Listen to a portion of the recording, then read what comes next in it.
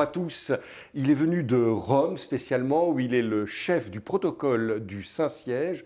Nous avons reçu ici à Monaco Monseigneur Joseph Murphy et nous en profitons pour le retrouver ici sur les médias du diocèse où il va pouvoir nous parler un peu de son travail auprès du pape, auprès du Vatican. Joseph Murphy, alors on ne va pas tromper nos téléspectateurs, on se connaît depuis plus de 30 ans, c'est pour ça qu'on se tutoie, c'est pas de mauvais aloi. Merci d'être parmi nous. Oui, cher Christian, c'est un vrai plaisir de me retrouver ici à Monaco avec toi pour parler du travail du Saint-Siège au service du Saint-Père. Alors, tu es au service du Saint-Père depuis 1997, c'est donc dire que tu as une bonne expérience quand même de ce fonctionnement. Mais tu sais, pour nous, simples fidèles, déjà, on voudrait comprendre comment est-ce que le pape peut gouverner 1,5 milliard de catholiques à travers le monde. Comment ça fonctionne, le Vatican? Alors, évidemment, le Vatican, au sens le plus strict, la curie romaine existe pour servir le Saint-Père. Et comme il a insisté dans la nouvelle constitution apostolique Predicate Evangelium sur la réforme de la curie romaine, c'est au service aussi des évêques et de toute l'Église. C'est un peu comme un gouvernement central où il y a la secrétaire d'État et aujourd'hui il y a 16 dicastères qui s'occupent de différents domaines. Les dicastères, on pourrait dire que c'est un peu comme des ministères dans les gouvernements occidentaux. Exactement. Le mot veut dire cela, en effet. C'est des ministères. Et puis, dans le ministère, il y a le mot ministre qui veut dire serviteur. Donc, c'est un service, celui qui sert. Et donc, tous ceux qui travaillent à la curie humaine sont justement au service du Saint-Père. On ne va peut-être pas tous les citer, mais un peu quels sont les plus importants de ces... Ils ont tous leur importance, mais quels sont les plus importants de ces dicastères? Alors c'est vrai qu'au niveau juridique, les dicastères sont égaux, mais il y a quand même un ordre dans la présentation, dans Predicate Evangelium, qui met à la première place le dicastère pour l'évangélisation, parce que le Saint-Père voulait donner un aspect missionnaire à cette réforme, parce que l'Église, par sa nature, est missionnaire. Et ensuite, les dicastères comme la doctrine de la foi, la charité, les évêques, le culte divin, culture et éducation, cause des saints, le dicastère pour les laïcs, la famille, la vie. La communication. La communication, bien sûr, mais qui a un rôle tout particulier parce que c'est le dicastère le plus grand. Ah oui. Et à la tête de chacun de ces dicastères, il y a un cardinal à chaque fois? Pas nécessairement. Et la constitution apostolique est très claire sur cela. Et les chefs des dicastères peuvent être aussi des prêtres ou des laïcs. D'accord. Toi, tu as essentiellement travaillé plutôt pour ce qu'on appelle, alors à un moment donné, la deuxième section ou la première section, donc ce qu'on appelle la secrétairerie d'État. Est-ce que tu peux nous expliquer en quelques mots ce qu'est cette secrétairerie d'État? Alors, la secrétairerie d'État est appelée aussi secrétairerie papale ou autrefois aussi secrétairerie apostolique. C'est le bureau de la curie romaine qui travaille quotidiennement avec le Saint-Père. La secrétairerie d'État est divisée aujourd'hui en 3 sections. La section pour les affaires générales, qui est un peu comme un secrétariat général au service du Saint-Père, et aussi pour les questions internes de l'Église. Il y a la deuxième section et la section pour les relations avec les États et les organisations internationales. C'est celle à laquelle tu appartiens aujourd'hui? Autrefois. Ah, autrefois. Parce que cette section s'occupe des relations bilatérales et multilatérales, donc avec les pays et les organisations internationales. Et il y a depuis 2017 une 3e section qui s'occupe du personnel diplomatique du Saint-Siège, c'est-à-dire les nonces apostoliques et leurs collaborateurs dans les nonciatures. Qui fait un petit peu de la ressource humaine. Oui. C'est plus large que ça. Oui, c'est justement ça, les conditions de vie, la formation permanente, etc., du personnel des nonciatures. Alors donc aujourd'hui, tu es le chef du protocole. Alors, quelle est un peu ton occupation quotidienne au service du Saint-Père? Alors nous existons surtout pour un peu garantir les conditions justes pour que les ambassadeurs et les autres diplomates accrédités auprès du Saint-Siège puissent exercer leur mission dans les meilleures conditions possibles.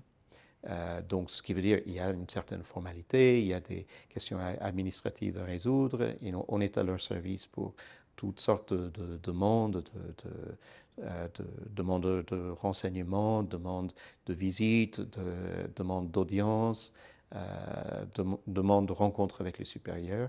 On s'occupe de tout ce genre de questions. Donc en fait, c'est de faciliter entre les ambassades accréditées auprès du Saint-Siège et le Saint-Siège, de faciliter le travail de ces ambassades dans leurs relations quotidiennes avec la Curie en général et le Saint-Père.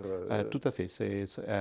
Et ça commence à partir de la procédure d'agrément quand un État propose un candidat pour devenir son ambassadeur auprès du Saint-Siège. Il y a cette procédure qu'on appelle l'agrément, où le Saint-Siège examine le curriculum en vue de l'acceptation de la nomination. Puis on accueille le nouvel ambassadeur quand il arrive à Rome. Bien sûr, on lui explique le fonctionnement. On lui donne les premiers rendez-vous. On lui annonce la date de l'audience avec le Saint-Père pour ce moment formel, très spécial, où le nouvel ambassadeur présente ses lettres de créance au Saint-Père. Et combien de pays aujourd'hui entretiennent des relations avec le Saint-Siège? Actuellement, ils sont 184 pays dans le monde. Presque tous. Presque tous. Il y a une dizaine de pays encore qui n'ont pas les relations diplomatiques avec le Saint-Siège, mais ça ne veut pas dire qu'on n'a pas de relation. On a quand même beaucoup de contacts avec tous ces pays-là pour différentes raisons. Il peut y avoir une collaboration d'ordre culturel ou autre, scientifique ou autre, avec ces pays, même si on n'a pas encore des relations diplomatiques. Alors, vu le nombre de pays, on imagine que tu as un travail considérable. Tu as une équipe avec toi, tu as des collaborateurs. Oui, nous sommes une petite équipe de 9 personnes actuellement. C'est pas beaucoup, en fait. C'est pas beaucoup. Il y a un chef adjoint du protocole et il y a ensuite les collaborateurs qui travaillent quotidiennement avec les ambassades ou sur des questions comme les passeports du Saint-Siège, comme l'obtention des visas des ambassades pour permettre à notre personnel de voyager dans les autres pays pour des questions de travail pour le Saint-Siège. Et donc, c'est un travail constant. Ça veut dire au jour le jour, tu as des rapports avec toutes les ambassades. Comment ça se passe? Tu dois te rendre, j'imagine, à des réceptions. Il y a beaucoup d'échanges en permanence. Et puis, il y a peut-être les amener parfois à voir le Saint-Père. Quelle est de manière un peu concrète pour qu'on comprenne. Oui, de fait, dans le travail diplomatique du Saint-Siège, bon, d'une part, il y a le fait qu'on rencontre les ambassadeurs régulièrement quand ils ont besoin d'un renseignement ou de me retrouver pour telle ou telle question. Il y a aussi ces événements, disons, de convivialité, comme des réceptions, qui ont leur importance aussi, parce que ça permet d'entretenir de bons rapports humains et ça permet aussi de régler certaines questions très rapidement dans un contexte informel. Nous avons une forme de diplomatie assez traditionnelle où les rapports humains comptent. Est-ce que, on ne va pas rentrer dans des détails qui te mettraient, toi, mal à l'aise par discrétion par rapport à tes fonctions, mais est-ce qu'on peut dire que cette diplomatie du Vatican, qui par définition reste une diplomatie aussi très discrète, qu'elle est particulièrement active, en particulier aujourd'hui avec le pape François? Oui, je dirais que oui. Le Saint-Père s'intéresse beaucoup à cet aspect de sa mission. La diplomatie du Saint-Siège est au service de la mission universelle du pape, qui est une mission pastorale, une mission d'évangélisation, au service non seulement de l'Église, mais aussi de toute l'humanité. Et donc, la diplomatie, qui est le produit des circonstances historiques, est un outil dont il se sert pour la promotion de l'Évangile, des valeurs chrétiennes, etc. La défense des chrétiens aussi, quand ils sont persécutés. Exactement. La défense des chrétiens, la promotion de la liberté religieuse, mais aussi la promotion de la paix, le dialogue, etc. Et dans ton travail, tu es amené de ce fait à rencontrer le Saint-Père de manière assez personnelle et régulièrement pour préparer ses visites, ou d'autres sont chargés plus Hmm. spécifiquement de cela. Alors là, dans la question d'organisation des visites apostoliques du Saint-Père dans d'autres pays, nous n'avons pas un rôle direct. Il y a un autre bureau, toujours à l'intérieur de la Secrétariat d'État, qui s'occupe des voyages du Saint-Père à l'extérieur, comme par exemple le voyage qu'il a effectué récemment En en Hongrie, Hongrie et celui qu'il va effectuer bientôt à Lisbonne pour les JMJ. pour les JMJ. Et là aussi, comme ça demande beaucoup de travail, on a, depuis le début de la période moderne des voyages du Saint-Père, on a confié l'organisation à d'autres personnes en dehors du bureau du protocole qui s'occupent plutôt des visites au Saint-Père, donc chef d'État, chef de gouvernement, d'autres personnalités politiques.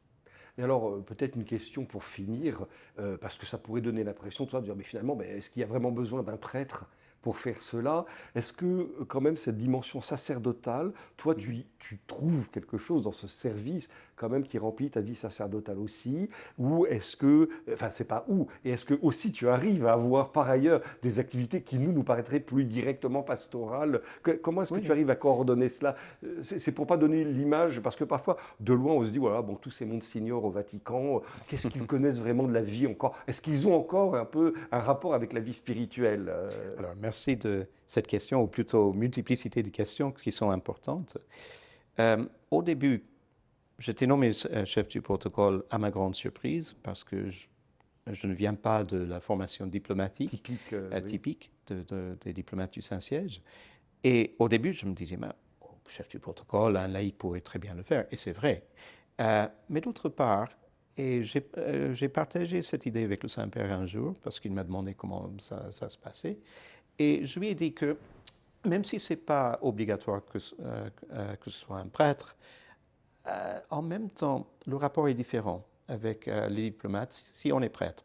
Parce qu'ils voient en toi d'abord la figure du Oui, prêtre. pas d'un fonctionnaire, Pas, mais pas le d'abord fonctionnaire, mais C'est surtout, intéressant ça, oui. ils attendent de toi quelqu'un qui puisse les écouter, comprendre leurs problèmes, essayer de trouver des solutions d'une manière tranquille.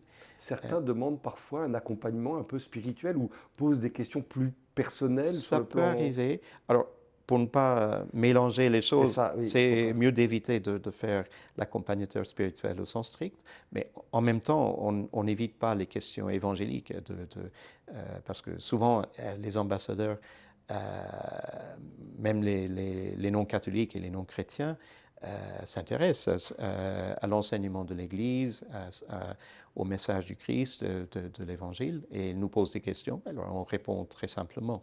Et ça peut être dans des contextes très informels, comme un repas partagé ou autre. Euh, Tu m'as posé la question aussi si j'avais d'autres activités à côté. J'allais y revenir. Oui, oui, oui, J'ai oui, cru oui. comprendre que tu faisais aussi un peu l'aumônier. Oui, je m'occupe d'une association de fidèles au Vatican qui fait un excellent travail de bénévolat. Ça s'appelle l'Association Saint-Pierre et Paul et qui existe pour, tout d'abord pour exprimer un désir de servir le Saint-Père et puis aussi pour donner un témoignage de vie Ce sont chrétienne. des gens, des laïcs qui Ce travaillent sont des déjà laïcs. au Vatican ou qui vivent au Vatican. Non, non, non, c'est du bénévolat. Il y a quelques membres qui travaillent au Vatican, Mais pas tous. mais la plupart, non. Et on a de tous les âges. On a des groupes de formation qui peuvent accueillir des jeunes de 15 ans, 16 ans. Et on a de jeunes universitaires, on a ceux qui travaillent dans les professions, etc. On a aussi des retraités qui Et toi, représentent un groupe très tu important. joues ton rôle d'aumônier auprès Oui, d'eux. c'est un peu le travail spirituel, les célébrations liturgiques et aussi beaucoup de formation. Et donc, c'est ce qui m'occupe pratiquement tous les dimanches quand je n'ai pas de cérémonie avec la présence du corps diplomatique. Donc, je m'occupe de cela. Et donc, je trouve que en faisant cela, on trouve un bon équilibre entre un travail de bureau, si on peut le dire comme ça. Astreignant.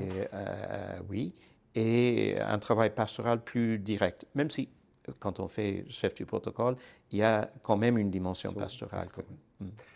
Monseigneur Murphy, cher Joseph, merci d'avoir bien voulu, ta parole est rare dans les médias, donc un grand merci d'avoir bien voulu nous adresser ces quelques mots. Merci, cher Christian.